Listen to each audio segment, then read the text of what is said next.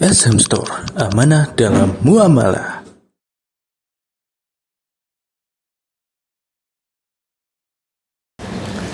Assalamualaikum warahmatullahi wabarakatuh. Innal hamdalillah nahmaduhu wa nasta'inuhu wa nastaghfiruh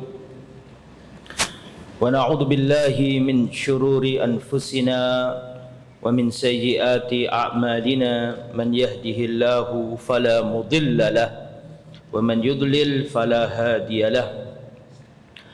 Wa asyhadu an la ilaha illallah wahdahu la syarika lah wa asyhadu anna Muhammadan abduhu wa rasuluh la nabiyya wa la rasula ba'dah. Allahumma salli. Pergi dari rumahnya untuk mencari ilmu agama, fahuwa fi tariqin ilal jannah. Sungguhnya dia sedang berjalan menuju surga. Hatta yarji'a, sampai dia pulang kembali ke rumahnya. Dan Syekhul Islam Ibnu Taimiyah rahimahullah mengatakan, sesungguhnya di dunia ini ada taman surga. Barang siapa tidak memasukinya di dunia, dia tidak bisa memasukinya di akhirat. Dan taman surga itu adalah majalisul ilm, majlis ilmu agama. Al-Imam Ibnu Qayyim Al-Jauziyah rahimahullah mengatakan, aslu kulli khair huwa al-ilmu wal-adlu. Pondasi dari seluruh kebaikan adalah ilmu dan keadilan. Wa aslu kulli syarr, dan pondasi dari seluruh kejelekan adalah al-jahlu wal-zulmu, kejahilan dan kezaliman. Ikhwatal iman, kita lanjutkan kajian kitab Al-Arba'in fi Huquq Rabbil Alamin. 40-an hadis tentang hak-hak Allah, tentang tauhid. Dan kita pada kesempatan kali ini akan membahas hadis yang terakhir, yaitu al-hadis at-tasi'u was-salasun, hadis yang ke-39. Nah, ternyata enggak genap berapa? 40, tapi berapa? 39. Nah, sekarang kita mempelajari hadis yang terakhir dalam kitab ini, sehingga kemungkinan pekan ke depan kita akan ganti kitab. Al-hadis at-tasi' was-salasun, hadis yang ke-39. Kita baca. Hadis ini tidak asing bagi antum semuanya, karena hadis ini juga ada dalam kitab Arba'in Nawawi. Qala al-muallif hafidhahullah 'anil Irbad ibn Sariyah, dari sahabat Nabi yang mulia Al-Irbad bin Sariyah radhiyallahu anhu. Qala, beliau berkata, wa'adhana Rasulullah sallallahu alaihi wasallam yauman ba'da salatil ghadati. Pernah suatu saat setelah solat subuh, Rasulullah memberi nasihat kepada kami, mau'idhatan balighatan, nasihat yang sangat menyentuh. Jadi yang menceritakan ini siapa? Al-Irbad bin Sariyah. Pernah Rasulullah memberi nasihat kepada kami selepas solat subuh dengan nasihat yang sangat mendalam. Zarafat minhal uyun, menjadikan mata mengalirkan air matanya, meneteskan air mata. Wa wajilat minhal qulub, dan menjadikan hati-hati kami bergetar. Faqala rajulun, maka ada seorang laki-laki berkata, inna hadhihi mau'idhatu muwaddi'in famadza ta'hadu ilaina ya Rasulullah. Ya Rasulullah, sesungguhnya ini adalah nasihat perpisahan, seakan-akan engkau akan pergi meninggalkan kami, maka berikan wasiatmu sebelum terjadi perpisahan itu. Maka Rasulullah berkata, usikum bitaqwallah, aku wasiatkan kepada kalian untuk bertakwa kepada Allah. Ini wasiat pertama, wasiat takwa. Yang kedua, wasam'i wat ta'ah, kalian wajib mendengar dan taat kepada pemimpin kepada penguasa. Wa in abdun habasyiyun, meskipun kalian dipimpin seorang hamba sahaya, seorang budak dari negeri Habasyah. Fa innahu man ya'ish minkum ba'di fasayara ikhtilafan katsira. Sesungguhnya siapa yang hidup setelah aku mati nanti, dia akan melihat perpecahan, perselisihan yang sangat banyak. Dalam hadis ini Nabi menyampaikan bahwa akan ada penyakit yang akan menimpa umat ini.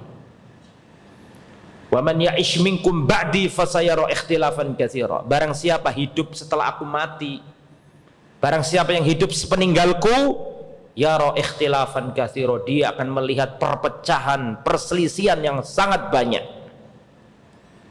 Jadi Rasulullah ngabarkan bahwa nanti akan ada penyakit menimpa umat ini, ya sekarang ini. Tapi ingat, di hadis yang sama Rasulullah memberikan obatnya. Lah seringkali umat Islam itu apal penyakitnya, nggak apal obatnya. Bahkan kebanyakan di antara kaum muslim mengatakan, sudahlah, tidak apa-apa, kan memang ini perselisihan. Sudah dikabarkan Nabi umat akan terpecah belah, sudah gimana lagi? Yang diapal penyakitnya. Padahal setelahnya itu Rasulullah ngasih apa? Obat, tapi obatnya pahit. Makanya nggak ada yang mau. Kalau umat sudah terpecah belah penyakit kan, Rasulullah ngasih obat. Apa obatnya? Kata Nabi, alaikum bisunnati wa sunnatil khulafa'ir rasyidin al-mahdiyyin, azzu 'alaiha bin nawajid. Kalau sudah tiba masa itu, pegang teguhlah ajaranku dan ajaran khulafa'ur rasyidin, para sahabatku, Abu Bakar, Umar, Utsman, Ali. Itu adalah obat yang pertama. Kalau terjadi pertikaian, perpecahan, obat pertama, pegang teguhlah sunnahku dan sunnah sahabatku khulafa'ur rasyidin. Adzu 'alaiha, gigitlah ia, bin nawajid, dengan gigi geraham. Gigi geraham adalah gigi yang cokotannya itu paling kuat. Bukan gigitlah dengan gigi serimu, bukan. Gigitlah dengan gigi taringmu lah. Tapi gigitlah dengan apa? Gigi geraham. Geraham itu adalah yang paling tebel. Mana sih geraham itu? Yang untuk ngunyah itu. Betul. Sini nih. Yang paling gede dan yang paling kuat cokotannya. Artinya benar-benar suruh menggenggam erat, menggigit kuat. Azu 'alaiha bin nawajid. Gigitlah ia dengan gigi gerahammu. Perhatikan, Nabi menggunakan lafadz mufrad. Padahal sebelumnya Nabi mengabarkan ada dua sunnah, betul? Kalau umat terpecah belah, perselisihan banyak, kata Nabi, obatnya adalah alaikum bisunnati, pegang teguhlah sunnahku, ajaranku, wa sunnatil khulafa'ir rasyidin, dan sunnahnya para sahabatku khulafa'ur rasyidin. Ada berapa sunnah? Ada berapa sunnah di situ tadi? Ada dua, sunnatul rasul wa sunnatul khulafa'ir rasyidin as-sahabah. Sahih? Tapi setelah itu Nabi mengatakan azzu 'alaiha, gigitlah ia. Nabi tidak mengatakan gigitlah keduanya. Nabi tidak mengatakan gigitlah keduanya, tapi yang dikatakan Nabi gigitlah iya. Mengapa? Limadza? Lianna sunnatar rasul wa sunnatas sahaba syai'un wahid. Karena sunnahnya Nabi dan sunnahnya sahabat itu sesuatu yang tunggal, tidak bisa dipisah-pisah. Ya. Makanya Imam Ahmad, seringkali saya sampaikan ke antum, Imam Ahmad punya kitab kecil, namanya kitab apa kemarin? Usulus Sunnah. Mungkin nanti dikaji setelah selesai ini kita pakai Usulus Sunnah mungkin. Imam Ahmad punya kitab Usulus Sunnah. Usul jam'u aslin, pondasi, ya kan? Usul berarti apa? Pondasi, pokok-pokok intisari ajaran Ahlus Sunnah. Kitab ini kecil, Tetapi luar biasa hebatnya, sampai-sampai Imam Abu Ya'la Al-Hanbali berkata, mengomentari kitab yang kecil ini, Imam Abu Ya'la Al-Hanbali berkata, "Lau ruhila ila Sin fi talabiha lakana qalila." Seandainya seseorang harus pergi dari negeri Arab sampai ke Cina fi talabiha untuk mencari usul sunnah, lakana qalila, tentu itu masih terlalu kecil dan murah harganya. Berarti kitabnya mahal apa murah? Hah? Mahal apa murah? Saking mahalnya kitab usul sunnah, sampai-sampai seandainya ada orang berjalan dari Arab sampai ke Cina untuk cari kitab usul sunnah itu, maka perjalanannya dari Arab sampai ke Cina masih terlalu sedikit. Artinya saking mahalnya kitab usul sunnah. Dan pertama kali yang ditulis Imam Ahmad, ini penting ya untuk menunjukkan manhaj sahabat. Imam Ahmad berkata dalam kitabnya fi awal kitabah, madza qala Imam Ahmad? Usulus sunnati indana, pokok-pokok ajaran ahlus sunnah yang menurut kami yang pertama. Imam Ahmad tidak mengatakan at-tamassuk bil kitabi was sunnah, lah, bukan begitu yang ditulis Imam Ahmad. Pokok-pokok intisari ahlus sunnah yang pertama menurut kami, yang pertama adalah at-tamassuku bima kana alaihi ashabu Rasulillah, berpegang teguh dengan manhaj sahabat. Imam Ahmad nggak mau boros kata. Seandainya Imam Ahmad mengatakan pondasi ahlus sunnah yang pertama adalah berpegang teguh dengan Al-Quran dan sunnah, ini masih belum. Karena Mu'tazilah juga Al-Quran sunnah, Khawarij juga Al-Quran sunnah, Sufi juga Al-Quran sunnah, Lemkari juga Al-Quran sunnah. Betul? Khawarij, Mu'tazilah, Jabriyah, Qadariyah semua juga ngaku Al-Quran dan sunnah. Imam Ahmad nggak mau boros kata, dijujuk kata orang Jawa yang paling inti, berpegang teguh dengan apa? Manhaj sahabat. Karena apa? Karena kalau manhaj sahabat ya otomatis manhajnya Nabi. Karena banyak orang mengambil Al-Quran dan Sunnah tapi nggak mau dipahami dengan pemahaman apa? As-sahabat. Maka Nabi mengatakan kalau umat terpecah belah, kalau umat berselisih pendapat, orang-orang semua mengklaim, kalau sudah tiba masa itu, Rasul ngasih obat. Obat pertama, pegang teguhlah ajarannya Nabi dan sahabat. Itu solusi pertama, obat yang pertama. Obat yang kedua, wa iyyakum wa muhdatsatil umur, dan hati-hati, jauhilah oleh kalian perkara baru dalam agama. Fa inna kulla muhdatsatin bid'ah, karena setiap perkara baru dalam agama adalah bid'ah.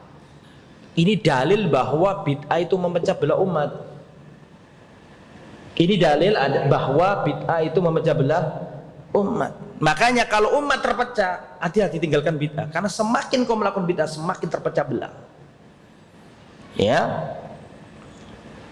Fa inna kulla bid'atin dhalalah, karena setiap kebid'ahan adalah kesesatan. Hadis riwayat Imam Tirmidzi. Banyak ada perbedaan beberapa riwayat ya. Kalau ini diakhirkan, adzu 'alaiha bin nawajid diakhirkan. Ada yang ini diawalkan, baru yang kullu bid'atin dhalal yang terakhirkan. Atau kullu muhdatsatin bid'ah terakhirkan. Oke. Pelajaran apa yang bisa dipetik dari hadis ini? Pelajaran yang pertama, hirsus sahabah fi atau hirsus sahabah fi talabil khair. Semangatnya para sahabat dalam mencari kebaikan. Ini diambil dari mana? Dari hadis tadi.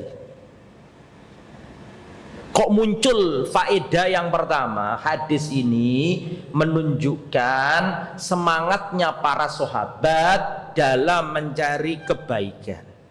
Pertanyaan saya, kok muncul faedah itu loh? Diambil dari mana? Di lafaz hadis tadi itu. Aina, ada yang jawab? Naam, ya Syekh. Naam. Min kalimah wa'adana Rasulullah sallallahu alaihi wasallam mau'idatan balighah dzarafat minhal uyun, sehingga mata kami bercucuran air mata. Wajilat minhal qulub, dan hati-hati kami bergetar. Itu menunjukkan sahabat orang yang baik. Terus sahabat mengatakan, ya Rasulullah, seakan-akan ini adalah wasiat perpisahan. Seakan-akan engkau akan pergi jauh meninggalkan kami ya Rasulullah, maka berikan nasihatmu. Ini dalil khirsus sahaba fi talabil khair wa talabil ilmi. Hadis ini menunjukkan semangatnya para sahabat ya dalam mencari kebaikan. Ini adalah faidah al-ula. Pelajaran yang nomor berapa ya? Pelajaran yang nomor 2. Fadlut taqwa, keutamaan takwa. Yang mana ini adalah wasiat yang disampaikan Nabi nomor berapa? Pertama, alaikum bitaqwallah. Wajib atas kalian bertakwa kepada Allah.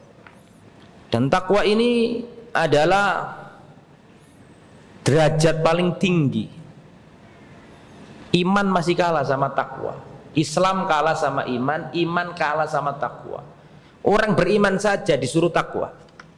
Aina dalil? Mana dalilnya orang beriman saja disuruh naikkan tingkat supaya jadi orang bertakwa? Mana dalil? Hafid. Mana dalilnya orang beriman saja masih disuruh takwa? Wahai manusia, berimanlah kepada Allah misalnya. Ini enggak, ini orang beriman saja disuruh takwa. Berarti tinggi mana antara iman sama takwa? Jabi, tinggi mana iman sama takwa? Mana dalilnya? Siapa yang bisa? Angkat tangan. Fadl ya Rama.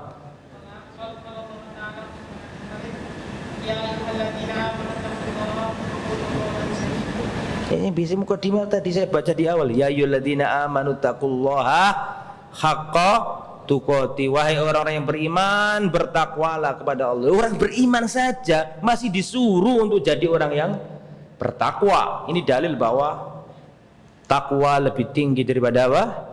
Iman. Wa taqwa yakni imtithalu apa? Awamirillah wajtinabu nawahihi. Menjalankan perintah-perintah Allah dan meninggalkan larangan-larangannya. Oke. Kemudian pelajaran nomor 3. Ya. Wujubu as-sam'i wat ta'ah liwulatil umur wa adamul khuruj alaihim. Hadis ini pelajaran nomor berapa tadi? 3. Betul? Hadis ini mengajarkan kepada kita wajibnya mendengar dan taat kepada pemimpin, dan tidak boleh memberontak kepada pemimpin sah kaum muslimin. Tidak boleh. Nah itu kemarin sudah kita bahas kan itu? Iya betul. Ada pertemuan yang lalu sudah kita bahas itu, masalah tidak boleh memberontak kepada pemimpin kaum muslimin yang sah. Ya, ada beberapa perkataan yang kemarin sudah kita sampaikan ke antum semuanya. Ya, saya ulangi lagi. Ya, ini pelajaran nomor 3. Haram untuk memberontak kepada pemimpin yang sah. Tadi dikatakan wasam'i wat ta'a wa in ta'ammara 'alaikum 'abdun habasyiyun. Wajib bagimu mendengar dan taat kepada pemimpin kaum muslimin meskipun dia itu budak dari negeri Habasyah. Saya mau tanya, tolong dijawab. Menurut fikih Islam, budak itu boleh nggak jadi pemimpin? Menurut fikih, menurut syariat Islam, boleh nggak seorang budak jadi pemimpin? La yajuz. Bagaimana budak jadi pemimpin? Wong dia saja tidak bisa memiliki dirinya sendiri kok. Budak itu tidak memiliki dirinya. Dirinya dimiliki siapa? Tuannya. Bagaimana memimpin? Tapi seandainya terjadi dan budak itu bisa menguasai negara, punya teritorial, punya tentara, dan terjadi, tetap kita disuruh mendengar dan taat. Makanya kemarin saya jelaskan ke antum, mudah-mudahan ada yang masih ingat, ahkamus syuruk ahkamul syuru' ghair ahkamul wuku. Hukum permulaan berbeda dengan hukum setelah kejadian. Paham? Bisa dipahami? Saya kasih contoh. Hukum kudeta haram menurut ahlu sunnah. Betul? Betul apa enggak? Hukum kudeta haram. Hukum permulaan seperti itu. Tetapi misalnya terjadi huru hara, terjadi faksi-faksi di negara ini, sebelum terjadi kita sampaikan, kita dakwakan bahwa nggak boleh memberontak, terjadi pertumpahan darah, nanti terjadi kekacauan. Tapi misalnya terjadi chaos, huru hara nggak karu-karuan, terus ada salah satu faksi yang berhasil menguasai, paham maksudnya? Dan bisa mengontrol negeri ini, punya senjata, punya tentara dan seterusnya, dan dia muslim bukan kafir maksudnya ya. Maka kalau sudah terjadi dan sudah jadi menguasai, maka Ahlus Sunnah mengakui kepemimpinannya. Saya kasih contoh dalam sejarah. Dalam sejarah setelah masa Khulafaur Rasyidin, masa apa? Ahdu Al-Umawi, betul? Setelah Khulafaur Rasyidin selesai kan terjadi pergantian dinasti lah kalau Kang, atau pergantian masa, era. Jadi era Khulafaur Rasyidin selesai, ganti era apa? Dinasti Umayyah. Umayyah ini menguasai dan menaklukkan negeri-negeri, mengislamkan negeri-negeri, semua atas akidah Ahlus Sunnah wal Jamaah. Umayyah ini pemimpin yang menaklukkan negeri-negeri sampai ke Perancis bagian selatan. Jenderal perangnya namanya Abdurrahman Al-Ghafiqi. Spanyol rata dengan Islam, menaklukkan negeri-negeri, di atas seluruh khulafanya, di atas Ahlus Sunnah wal Jamaah. Ada maksiat, naam ada maksiat, tapi secara akidah mereka lurus semuanya. Itu dinasti apa tadi? Umayyah. Terus dinasti Umayyah ini digulingkan sama dinasti apa? Abbasiyah. Habisi seluruh putra-putra kerajaannya, dibunuh semuanya, habis, lari ke Spanyol, Abdurrahman Ad-Dakhil dan seterusnya itu. Maka dikuasai dinasti baru namanya Abbasiyah. Ketika sudah terjadi dan dinasti Abbasiyah berhasil mengontrol negara-negara Islam, mempunyai militer, mempunyai teritorial, mempunyai kekuatan, maka ulama yang hidup di zaman itu kalau sudah terjadi gimana lagi? Mendukung dan membaiat siapa? Dinasti Abbasiyah. Makanya bedakan hukum permulaan dengan hukum setelah kejadian. Saya mau tanya, hukum permulaan orang nadar, kalau aku lulus nilaiku baik, aku akan nyumbang masjid 20 juta. Nadar seperti ini tuh baik apa? Kalau aku nilaiku bagus di ujian, atau kalau skripsiku lancar, aku dihisab dengan hisaban yasiro oleh ustaz misalnya, dan aku bisa jawab semuanya, aku sedekah ke masjid Darul Hijrah 20 juta. Nah, dari kayak gini nih baik apa enggak? Kan enggak baik toh, makruh hukumnya itu kan. Hukum permulaan makruh, tapi nek wis diucapkan hukum sudah kejadian menjadi apa? Wajib. Bisa dipahami? Begitulah tentang kudeta. Lah, Islam mengharamkan kudeta, Ahlus Sunnah wal Jamaah mengharamkan kudeta kepada pemimpin kaum muslimin. Saya bacakan ya. Qala al-Imam Ahmad bin Hanbal rahimahullah, wala yahillu qitalus sultan walal khuruj alaihi li ahadin minan nas. Tidak boleh memerangi pemimpin, penguasa kaum muslimin, dan tidak boleh memberontak. Dan Imam Ahmad ini tidak hanya ngomong tok, enggak, Imam Ahmad sudah mengalami itu, disiksa-siksa, dicambui khalifah. Tadi kan Khalifah Umayyah digulingkan jadi generasi berikutnya dinasti apa tadi? Abbasiyah. Abbasiyah di zamannya Harun al-Rasyid wafat, diganti Al-Ma'mun, Al-Amin terus Al-Ma'mun. Lah Al-Ma'mun ini mulai ya, buku-buku Yunani diterjemahkan, pikiran filsafat masuk ke negeri Islam, Aristoteles, Plato, Aflatu, kemudian Sokrates, Aflatun, Plato, Terus diterjemahkan sehingga khalifah terpengaruh pemikiran apa? Mulai penyelewengan dari akidah Ahlus Sunnah. Umawi ndak, Umawi kenceng sore. Kedoliman ada, kemaksiatan ada, tapi dari segi akidah apa? Ahlus Sunnah wal Jamaah. Lalu zaman Abbasiyah itu mulai bibit-bibit ketidakbaikan itu. Al-Ma'mun terpengaruh dengan apa? Al-Mu'tazilah. Jadi Imam Ahmad nih perhatikan, tidak boleh memerangi penguasa yang sah dan tidak boleh berontak. Padahal beliau itu sudah disiksa, dicambuki. Jadi beliau itu enggak sekedar orang ngomong tok dan sedangkan dia itu posisinya bersama pemerintah, menjilat penguasa. Lah, beliau itu disiksa. Karena beliau berjalan di atas manhaj dan mabda, bukan gara-gara dia dipecuti pemerintah terus dia ngajak berontak. Diseret-seret, dipecuti, dirantai. Kedinginan malam hari Imam Ahmad, tapi tetap tidak boleh ya, karena mafsadatnya lebih apa?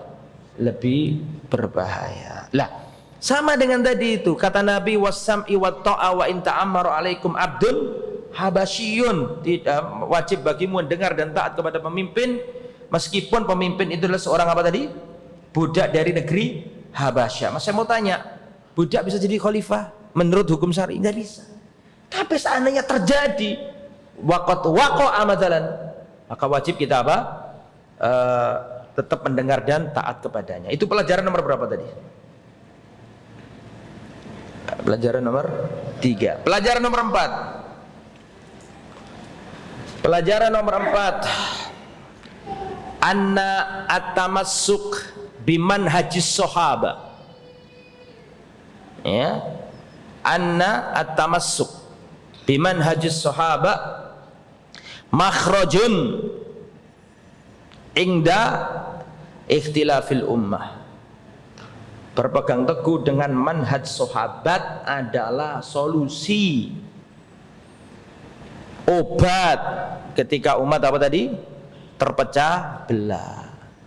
Dan 2 pertemuan yang lalu kan kita belajar manhaj sahabat, kan saya sebutkan poinnya 1, 2, 3, 4 kenapa kita mengikuti para sahabat.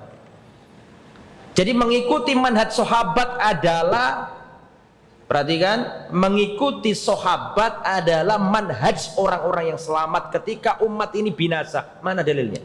Rasulullah SAW bersabda, iftaraqatil yahudu ala 71 millah. Yahudi terpecah menjadi 71 golongan. Waftaraqatin nasara ala 72 millah, dan Nasrani terpecah menjadi 72 golongan. Wasataftariqu ummati, dan umatku akan terpecah belah menjadi berapa? 73 millah, 73 golongan.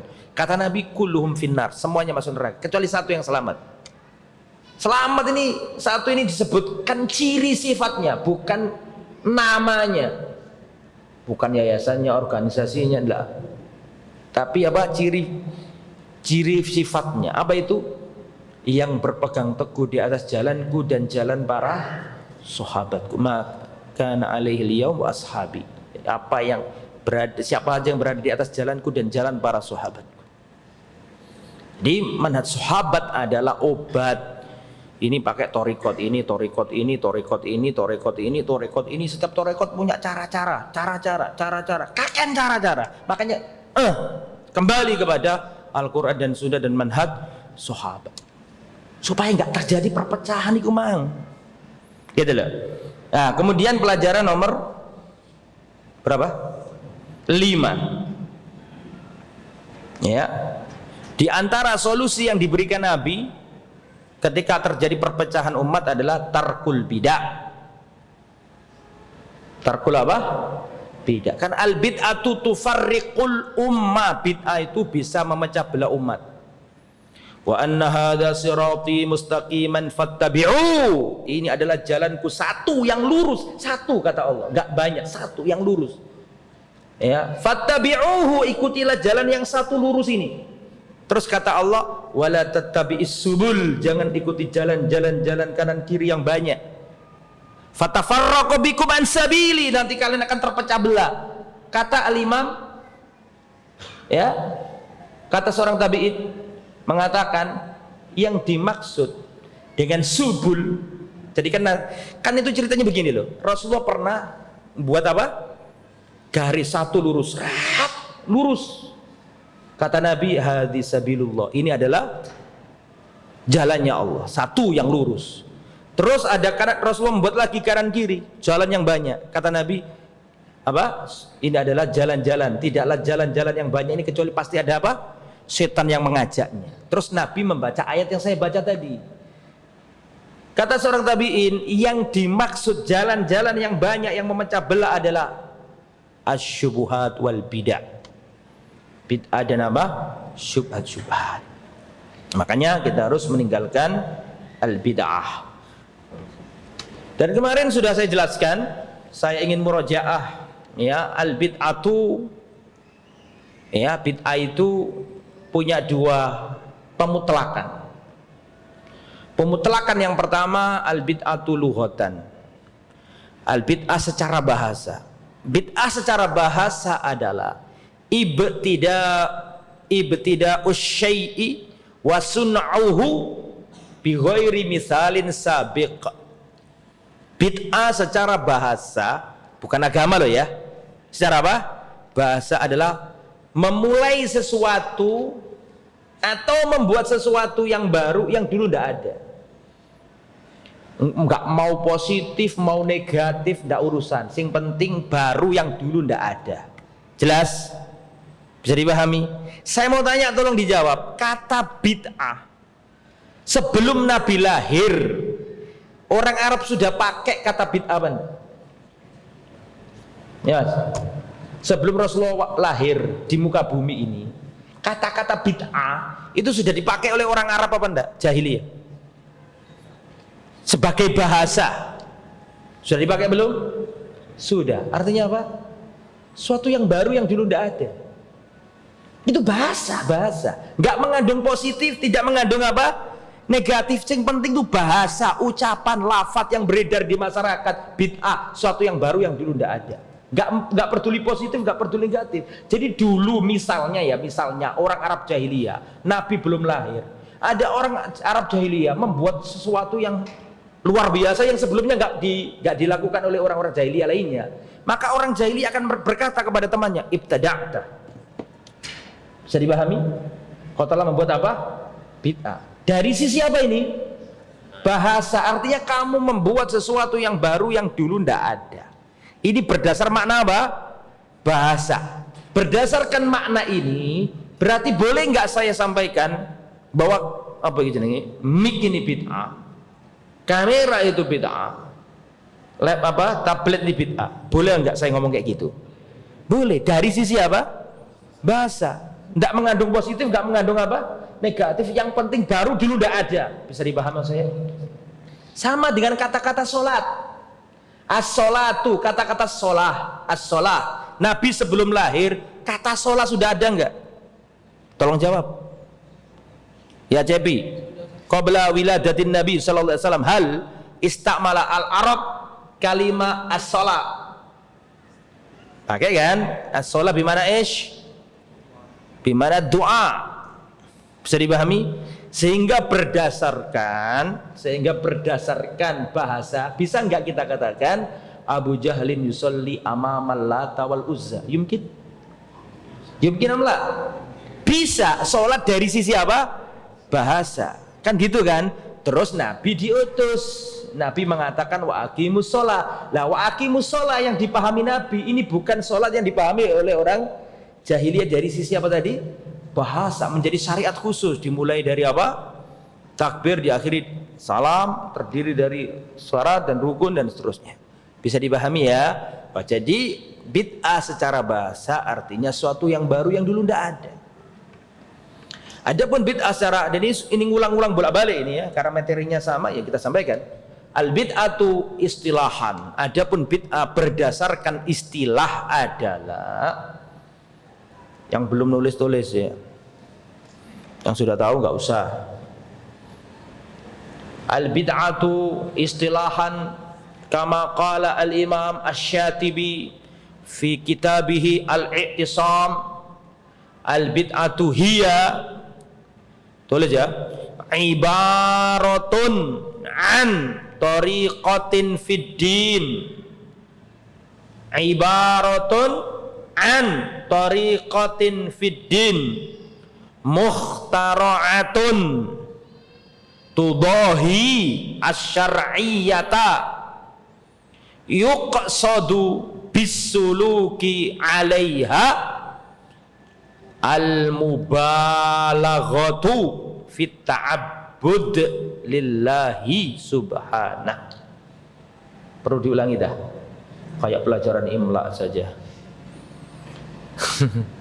Al-bid'atu istilahan ibaratun an tariqatin fid din mukhtara'atun tudahi asy-syar'iyyata yuqsadu bisuluki 'alaiha al-mubalaghah fit ta'abbudi lillahi subhanahu. Bid'ah menurut Al-Imam Asy-Syatibi adalah ibaratun, sebuah ungkapan, antori kotin fiddin, untuk sebuah jalan, metode atau tata cara fiddin dalam agama. Ada kata-kata apa tadi? Fiddin. Jadi bid'ah adalah tata cara atau metode atau jalan fiddin dalam masalah agama. Kata-kata din ini berarti menunjukkan selain agama tidak apa? Tidak masuk. Berarti pesawat tidak masuk, mic tidak masuk. Bukan itu menurut istilah syariat. Nek bahasa masuk, tapi nek syariat tidak masuk. Karena ada kata-kata apa tadi? Fiddin. Semoga antum nggak bingung. Nggak bingung kan? Tariqatun fiddin, tata cara atau apa tadi? Jalan atau metode dalam agama. Jadi kalau nggak agama nggak masuk bid'ah. Makanya kalau ada orang ngomong ini Ustadz bolak-balik ngomong bid'ah, padahal dia pakai tablet. Tablet kan nggak ada di zamannya Nabi. Dia nggak paham. Bid'ah yang dimaksud istilah syariat itu fiddin dalam masalah apa? Agama. Bukan masalah wasilah, mau adzan pakai mikrofon, mau pakai corong, mau pakai ini, terserah, itu wasilah, bukan agama. Yang syariatnya itu yang hajinya. Adapun mau ke sana pakai kereta, pakai unta, pakai pesawat, terserah. Lah banyak nggak paham ini ngomong bid'ah. Buktinya dia haji naik pesawat. Kalau mau nggak bid'ah ya naik unta. Ini tidak paham ini dia orang ini. Bisa dipahami? Bisa dipahami ya? Jadi hajinya itu huwa. Ikut Nabi hajinya. Adapun teknisnya, wasilahnya terserah. Jalan kaki, mau bawa sepeda pancal, mau sepeda motor, mau pesawat, mau terserah. Hajinya ngikut Nabi, tapi masalah wasilahnya monggo terserah. Itu gak diatur, silakan aja. Nah gitu loh. Nah termasuk ini. Jadi poin pertama adalah tariqatun fiddin, tata cara, metode sebuah jalan dalam agama. Satu. Yang nomor dua, ini nomornya dari saya. Itu kan tadi kan definisi panjang gitu kan. Saya kasih nomor supaya untuk memudahkan antum. Yang nomor dua, mukhtara'atun. Mukhtara'ah artinya apa mukhtara'ah? Yang dibuat-buat, dibikin-bikin, la dalil alaih, la min kitabin, wala min sunnatin, wala min ijma'in, wala min qiyasin mu'tabarin. Gak ada dalilnya. Jadi tata cara dalam agama, satu. Nomor dua, mukhtaro'ah, yang dibikin-bikin, yang tidak ada dalil. Jadi pahami? Yang nomor berapa? Tiga, tudhahi asy-syar'iyyah, yang menyerupai syariat. Makanya banyak orang tertipu. Yang nomor berapa? 4, yuqsadu bisuluki 'alaiha al-mubalaghah fi ta'abbud lillahi subhanahu, diniatkan pelakunya ibadah. Diniatkan apa? Pelakunya ibadah. Tuh, itu makna. Nah, terus di sini pengarang kitab ini Rasulullah bukan pengarang ya. Rasulullah berkata, wa iyyakum muhdatsatil umur, jauhilah oleh kalian perkara baru dalam agama, fa innaha dhalalah, karena itu adalah kesesatan. Nah, ini dalil bahwa bid'ah itu sesat. Ya, bid'ah itu tidak baik. Loh Ustaz, mosok bid'ah kabeh, mosok semua bid'ah itu tidak baik. Loh yang ngomong Rasul bukan kita. Kullu bid'atin dhalalah, setiap bid'ah itu adalah kesesatan. Iya Ustadz, itu memang perkataan Rasul, tapi kan masih membutuhkan tafsiran, masih memerlukan interpretasi. Banyak rinciannya Ustaz. Oke, gini ya. Yang paling paham ucapannya Nabi setelah Nabi siapa? Yang paling paham ucapannya Nabi setelah Nabi siapa? Sahabat. Segini aja, bagaimana sahabat memahami hadis ini? Abdullah bin Umar berkata, perhatikan, kullu bid'atin dolala wa in ra'ahan nasu hasana. Ya. Kullu bid'atin dolala, setiap bid'ah adalah kesesatan, wa in ra'ahan nasu, meskipun manusia melihatnya hasanah. Sampai lafaz yang dipakai Abdullah bin Umar hasan. Karena kan beliau itu tahu nanti akan ada orang mengatakan adanya bid'ah hasanah. Sampai lafaz yang dipakai oleh siapa? Ibnu Umar adalah kullu bid'atin dolala wa in ra'ahan nasu hasanah. Setiap bid'ah itu kesesatan meskipun manusia menganggap hasanah. Yang ngomong Imam siapa tadi? Ibnu Umar radhiyallahu anhu.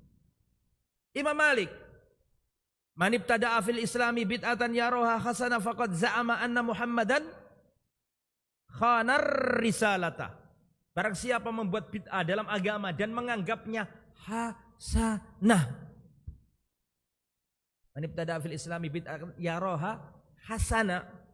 Barang siapa membuat bid'ah dan menganggapnya hasanah, maka dia telah menuduh Nabi Muhammad tidak lengkap menyampaikan apa?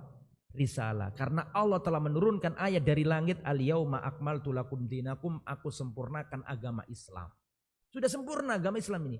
Makanya kata Imam Malik, apa saja yang ketika turun ayat ini bukan dari agama, apa saja ritual, ibadah yang ketika turun ayat ini bukan agama, sampai kapanpun gak akan jadi agama.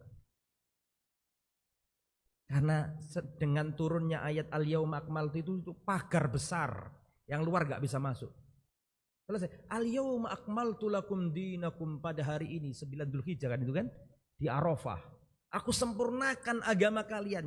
Celep, wis pager gak iso dimasuki lagi. Wis gak kena di otak-atik itu. Karena sudah sempurna. Kalau menganggap ada yang lain yang belum disampaikan Nabi kok ada di luar, berarti nganggap Nabi tidak lengkap menyampaikan apa tadi? Risalah. Imam Malik mengatakan begitu. Ustaz, zaman jangan gitu Ustaz. Imam Syafi'i itu jelas-jelas mengatakan adanya bid'ah hasanah Ustaz. Qala Syafi'i rahimahullah al-bid'atu bid'atan. Al-Imam Asy-Syafi'i berkata dalam kitabnya bid'ah itu dalam kitabnya Al-Imam Asy-Syafi'i sebagaimana sering dinukil dari beliau, al-bid'atu bid'atan. Bid'ah itu ada berapa? Ada 2. Ya. Saya baca nih. Al-bid'atu Imam Syafi'i berkata, al-bid'atu bid'atani, bid'ah itu ada 2. Mahmudah, bid'ah yang terpuji, wa mazmumah, dan bid'ah yang tercela. Berarti ada yang hasanah, ada yang sayyi, kan gitu kan? Sahiham lah. Bisa dipahami ya? Oke. Pertama, ucapannya Imam Syafi'i itu no problem, tidak ada masalah. Cuman kita harus pahami apakah maksud bid'ah hasanah yang dipahami Imam Syafi'i, apakah itu sama dengan yang kamu maksud? Jadi pahami? Imam Syafi'i ketika atau imam-imam Syafi'i yang terdahulu ketika menyebut adanya bid'ah hasanah itu contohnya apa sih? Contohnya adalah, perhatikan. Contohnya kalau ada ulama-ulama qudama Syafi'i yang mengatakan ada bid'ah hasanah, contohnya apa sih? Contohnya diantaranya adalah membuat ilmu tajwid. Buat ilmu apa? Tajwid. Saya mau tanya, tolong dijawab. Di zamannya Abu Bakar ketika idhar, ikhfa, idham bihunna, idham bilahunna, matobi'i, matwajib, mutas, ngerti? Enggak ada zamannya Abu Bakar. Kata Imam Syafi'i terus diadakan ini. Dan bermanfaat. Zamannya Nabi tidak ada. Akhirnya diciptakan ilmu, namanya ilmu tajwid. Di zaman dulu tidak ada. Ini bid'ah ini, tapi hasanah. Contoh lain kata bagi ulama yang mengatakan adanya bid'ah hasanah. Contoh, nahwu sharaf. Zamannya Nabi tidak paham. Tidak ada zamannya Nabi, zaman sahabat tidak ada. Seandainya kok dites Abu Bakar As-Siddiq hidup, ya Abu Bakar mahwal mubtada, mahwat tamyiz hal, tidak bisa. Oh enggak ada zaman itu, belum dibuat. Kan gitu kan? Nah, terus orang Persia masuk Islam, orang Romawi banyak masuk Islam. Oh, mereka kan ajam, enggak bisa ngomong Arab. ngomongnya sering keliru-keliru, diciptakanlah ilmu, alat namanya ilmu nahwu dan sorof, supaya orang-orang itu kalau belajar bahasa Arab bisa bagus. Nah ini kan nggak ada zaman dulu, sekarang ada, berarti ini baik, bid'ah hasanah. Maka kita katakan, kalau seandainya bid'ah hasanah itu contohnya seperti kayak begini ini, no problem, tidak ada masalah. Paham? Oke lah, kami tidak menamainya bid'ah hasanah. Kami menamainya apa? Al-maslahah al-mursal, itu bab wasilah itu. Mala yatimul wajib illa bi fa wajib. Apa saja yang kewajiban gak mungkin tercapai kecuali sesuatu, maka sesuatu ini jadi hukumnya apa? Wajib. Warotilil Qur'ana tartila, bacalah Al-Quran yang ngomong ini. Warotilil Qur'ana tartila, bacalah Al-Quran dengan tartil. Supaya bisa tartil, mereka ada perintahnya kan? Jadi pahami, ada perintah untuk apa? Tartil. Untuk menuju sana dibutuhkan wasilah, namanya ilmu apa tadi? Tajwid. Ini babnya bab wasilah, bukan babnya bab bid'ah. Tapi seandainya ini dianggap bid'ah hasanah, mboten nopo-nopo, enggak apa-apa. Kalau contohnya seperti ini, cuma kita beda istilah saja. Kita menamainya masalah al-mursalah atau al-wasilah, yang situ ngalani bid'ah hasanah, bid'ah apa? Hasanah. No problem, sekedar penamaan saja. Toh ujung-ujungnya sama-sama sepakat, boleh apa enggak? Tolong dijawab, boleh apa enggak? Boleh. Sama kan sama dengan ilmu nahwu dan sorof. Kami turunkan Al-Quran Qur'anan Arabian, kami turunkan Al-Quran pakai bahasa Arab. Kata Umar bin Khattab, ta'allamu al-Arabiyah fa innaha min dinikum, belajarlah bahasa Arab karena bahasa Arab itu bagian dari agamamu. Supaya bisa bahasa Arab diciptakan varian dari bahasa Arab. Ilmu apa? Nahwu dan sorof. Ini enggak bid'ah, tapi babnya bab apa tadi? Wasilah. Tapi seandainya itu dikatakan bid'ah hasanah, enggak apa-apa. Kalau contohnya seperti ini, wong ujung-ujungnya kan enggak apa-apa. Saya mau tanya antum, kamu namai bid'ah hasanah, kamu namai wasilah, masalah mursalah, yang namanya nahwu sorof, belajar tajwid, boleh apa enggak? Boleh, enggak urusan sama nama, kamu namai apa terserah, enggak, bukan inti pembahasan. Jelas sampai segini. Yang menjadi permasalahan adalah kau pinjam ucapannya Imam Syafi'i bahwa bid'ah hasanah itu ada, tapi contoh yang kamu pakai bukan contohnya Imam Syafi'i. Jadi pahami, saya kasih dalil lagi, bukti bahwa bid'ah hasanah yang dipahami itu beda dengan Imam Syafi'i. Perhatikan. Imam Asy-Syafi'i rahimahullah dalam kitabnya berkata, wa akrahul maktam, aku benci acara maktam, kumpul-kumpul di rumah orang mati sambil dihidangkan makanan. Apa kata Imam Syafi'i? Fa inna dzalika yujaddidul huzn, karena itu memperbarui kesedihan. Perhatikan, wa yukalliful mu'nah, dan itu membebani biaya untuk keluarga yang ditinggal mati. Yang ngomong siapa ini? Imam Syafi'i. Wa akrah, aku benci, aku enggak seneng. Berarti menurut Imam, tolong dijawab nih. Berarti menurut Imam Syafi'i, kumpul-kumpul di rumah orang mati sambil menyediakan makanan bid'ah hasanah apa enggak? Menurut beliau? Enggak. Bisa dipahami? Saya kasih dalil lagi. Satu lagi. Ulama Syafi'iyah yang terkenal, Al-Imam Ad-Dimyati, pengarang kitab I'anatut Thalibin, terkenal ini. Kecuali enggak kenal. Kebanyakan orang nyantri, santri kenal I'anatut Thalibin. Perhatikan. Imamnya namanya Imam siapa tadi? Pengarangnya Al-Imam Dimyati. Imam Dimyati ini termasuk yang mengatakan adanya bid'ah hasanah. Sampai sini jelas? Imam Dimyati, Ad-Dimyati termasuk yang berkata atau yang berpendapat bahwa adanya bid'ah apa tadi? Hasanah. Tapi lihat ucapan beliau, perhatikan.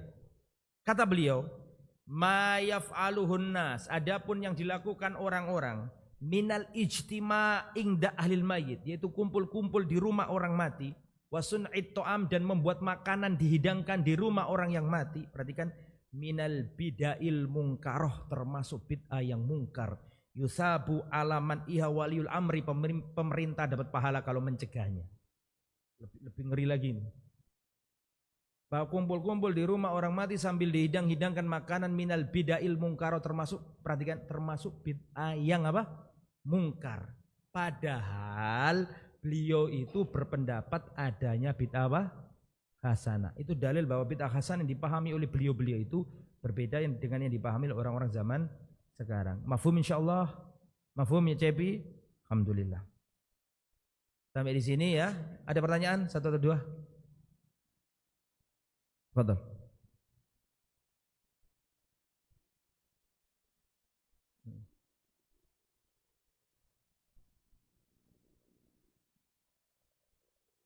Ya, wajib bagi kaum muslimin taat kepada penguasa kaum muslimin.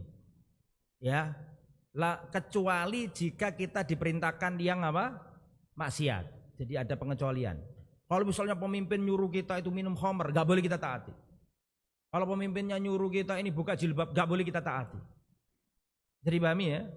Tapi selama dalam hal kebaikan disuruh ada lampu merah, harus ikut patuh hukum, ya kita harus taat dalam fil ma'ruf, dalam yang ma'ruf. Tapi dalam taat enggak. Ya, dan tidak boleh berontak. Itu kalau apa? Muslim. Jelas ya? Lalu bagaimana dengan saudara kita yang ada di negeri-negeri kafir? Pertama, enggak boleh hidup di negeri kafir. Pulang. Ya, enggak boleh hidup di negeri kafir. Nah, kasih tahu ya, di Eropa itu banyak orang mencela-cela Islam. Menghina-hina Islam. Setelah dia itu pulang ke rumahnya, ke rumah kakeknya, dia bongkar lemari, ternyata menemukan mushaf Al-Quran, foto-foto dulu. Berarti mbah buyutnya dulu muslim. Tapi karena hidup di negeri kafir, itu makanya coba. Orang yang tidak ikut hijrah ke Madinah itu dikecam Allah dalam Al-Quran. Ya. Alis ardullahi wasi'ah, bukankah agama Allah itu, bukankah apa? Ardullahi wasi'ah, bukankah bumi Allah luas? Kenapa kamu enggak mau hijrah? Orang yang tidak mau hijrah ke Madinah itu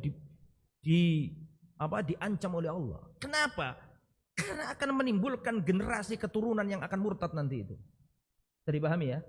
Jadi gimana? Pertama, ojo tinggal di negeri kafir, balik nang negara dewe-dewe. Sekarang ini bangga, nang Paris. Seandainya dia menjumpai ketenangan dan kebahagiaan dalam hatinya melalui Al-Quran, tidak usah kita jauh-jauh ke sana. Itu tanda gersangnya jiwa. Perhatikan. Jika hati dan jiwa seseorang itu gersang, maka tubuhnya akan berlelah-lelah mencari kebahagiaan. Datang ke gunung, datang ke Menara Eiffel, datang ke mana aja. Itu tanda gersangnya jiwa. Sehingga tubuhnya itu berlelah-lelah untuk mencari kebahagiaan. Seandainya orang itu menjumpai keademan hati, kebahagiaan hati, tenang dengan Al-Quran, tenang, datang ke majelis ilmu tenang, menanti-nanti datangnya majelis, senang hatinya itu. Nah itu ya, itu yang pertama. Dan memang hukumnya kan jelas, para ulama melarang, kecuali ada hajat ya, seperti dia duta besar ditugaskan negara, atau dia berobat, atau dia hal-hal yang memang itu jelas. Adapun mukim di negeri kafir, nggak ada hajat, nggak ada apa, ya, jangan. Kamu bisa kuat. Siapa yang jamin anak keturunanmu kamu nggak murtad? Dan itu baik terjadi. Baik terjadi. Orang-orang yang ada di Amerika Latin itu banyak loh yang muslim. Tapi kalau sudah nyampe sana, sudah identitas muslimnya dibuang, ganti nama Latin, aslinya muslim. Penyanyi itu yang terkenal kan Arab itu aslinya, Shakira itu orang Arab. Baru tahu kan kalian?